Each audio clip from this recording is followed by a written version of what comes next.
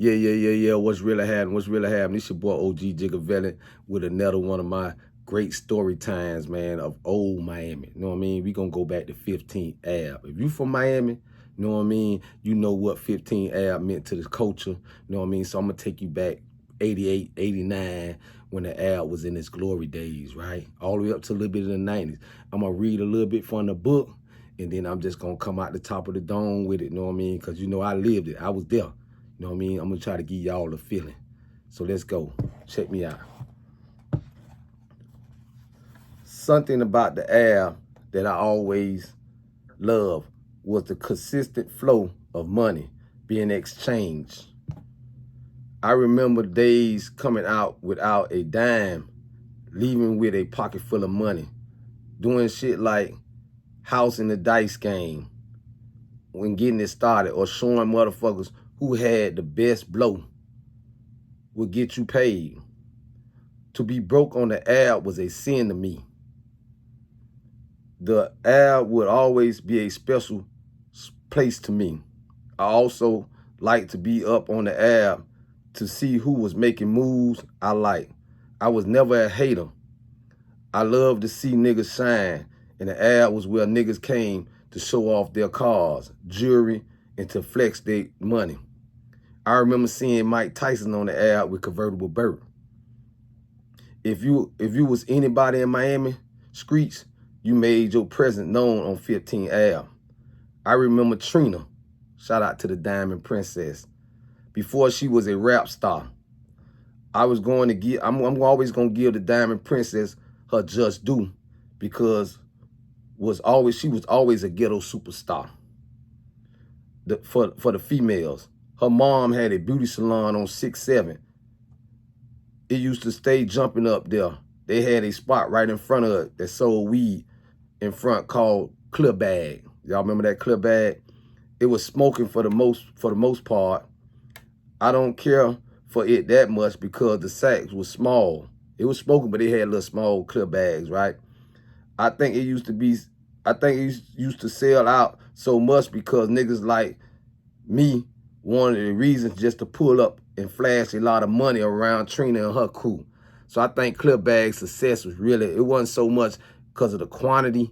The quality was good, but also, you know, the crowd that was up there. So players and money getters, we always wanted to pull up there and get a bag, a Clear Bag. And then also, you know, Trina mom, you know what I'm saying, to sell the Fonto leaf in the inside. Y'all know we was smoking a big Fonto leaf. That's something y'all, you know, if y'all ain't from Miami, you might not be familiar with, but that's the whole tobacco leaf. But that was one reason why Clear Bag was so successful. You know what I'm saying? I think I said that part. Trina and her crew, you could even go inside the salon and buy a Fonto leaf to roll your weed. It was like just $1. I just said that. Her daddy had a store on 6-5. They used to call him Mr. Wonderful. That was her stepdad, right? Big boy dice games was held in the back.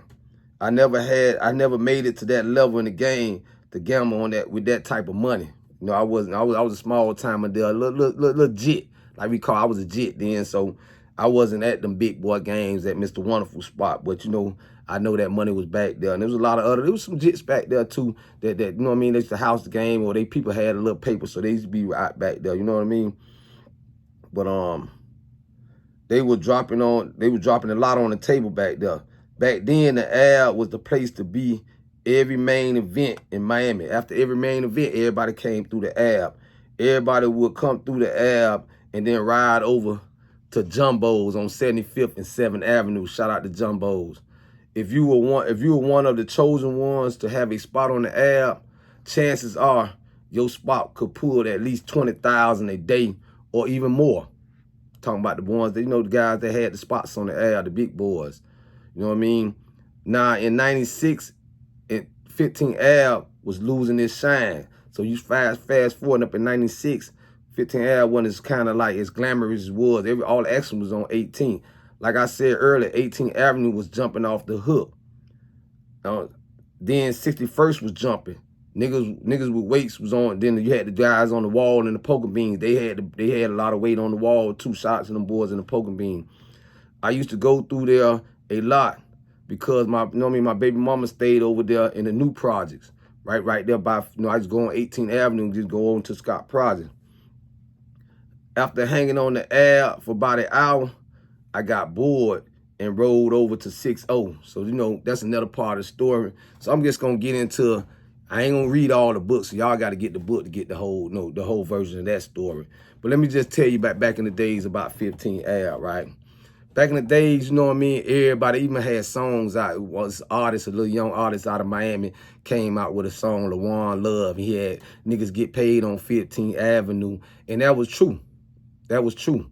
You know what I'm saying? If you was able to hustle up on 15th Avenue, you was a real go-getter, you know what I mean? And I was one of them. I was one of the highest paid watch out on CMO end, you know what I mean, down by Sugar Hill.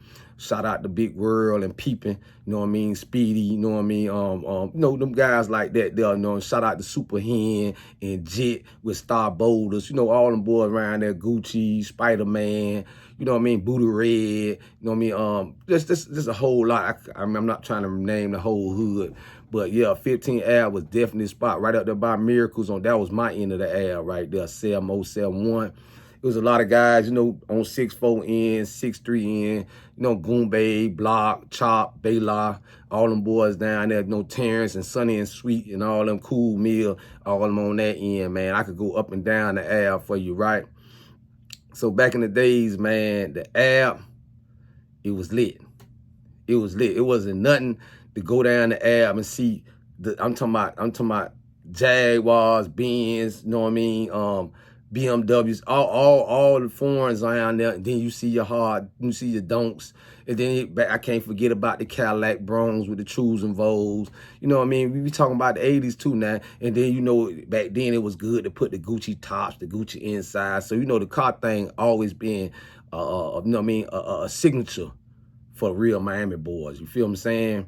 On the Ave was somewhere, man, like I said in my book, man, you could go up on the Ave with not a dollar in your pocket.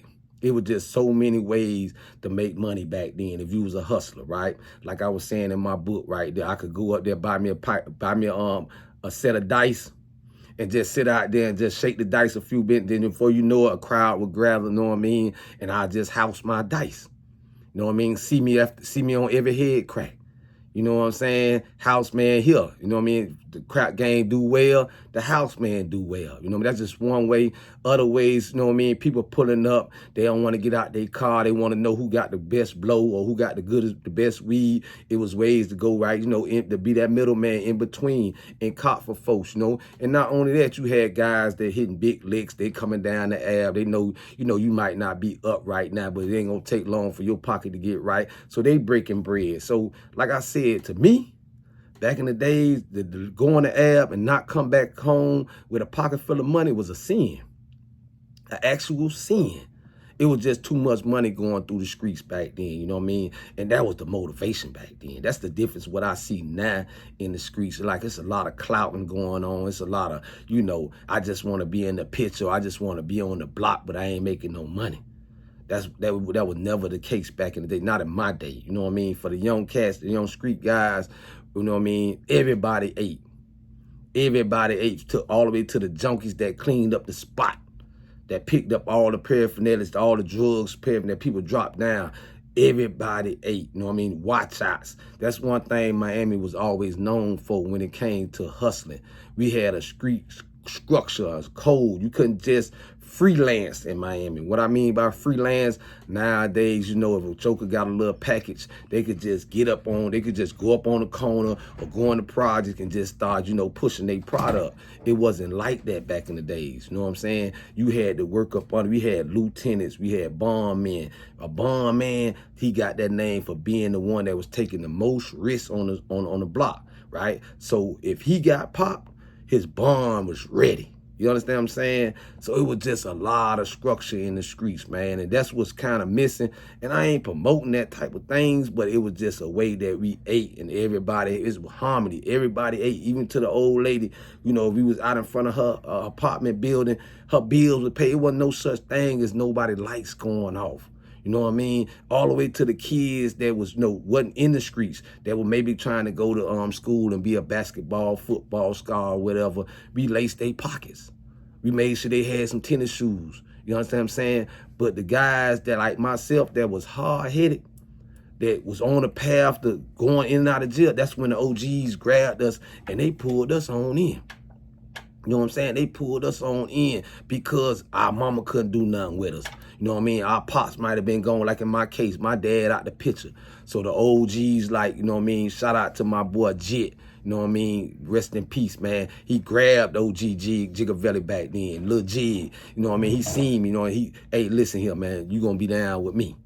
You gonna watch, you gonna be a watch out. You know what I mean? I'm gonna pay you, you ain't gotta touch nothing. All you gotta do is holler. Back then, we ain't call him 12. We called Popo, it wasn't my Popo, we called him Bo Brown.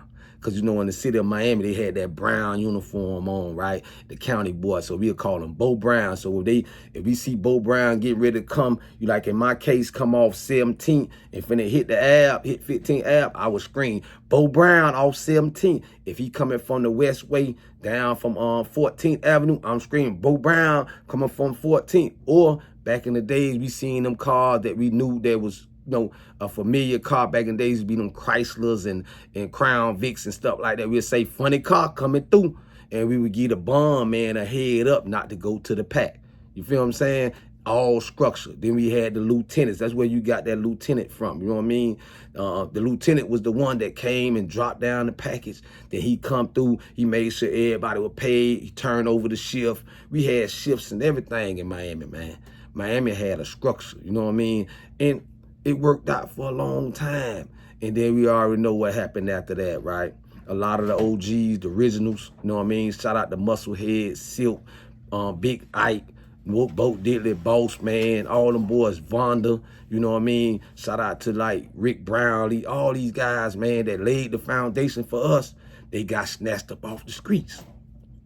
You know what I'm saying? When that leadership left, when that guidance left, you know, once knowledge leave, once guidance leave, what you have? You just have a bunch of young cats, man. And what we seen sprung up with the John Doe era. Get down or lay down.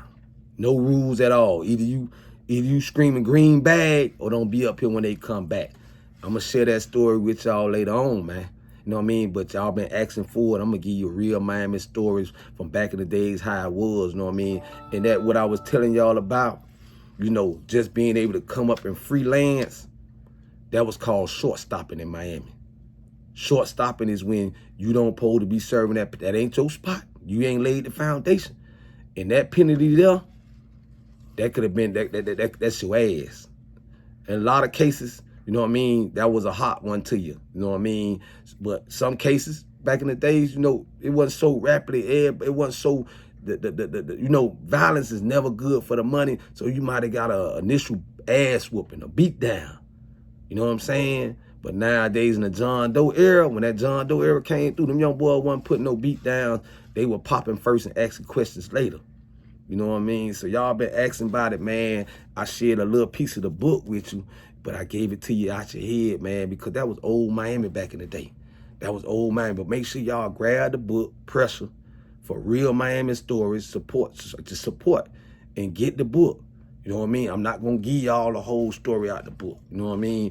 I got more stories coming for y'all, man. We gonna be from all the way down south. I got stories from down south all the way to Carol City. I'm gonna drop a few names. You know what I mean? And you know, in respect, I'm not gonna solve no crimes on here. I'm not gonna be implicating nobody in no nothing like that. But I'm gonna get close enough to it. The streets already know what went on in Miami. You know what I mean? I'm just sharing real Miami stories because I missed the old way. The old way, it was less violence and a whole lot of paper being passed around and we were winning. We got to get back to that, you know what I mean? And y'all support this channel, man. This the boy OG Gigavelli with just a little story time about 15 Ave. Y'all tap in if y'all like. Y'all hit the subscribe. Also comment and let me know what you want to hear about. Because there's no hood. And I put this on the record. Facts check your boy.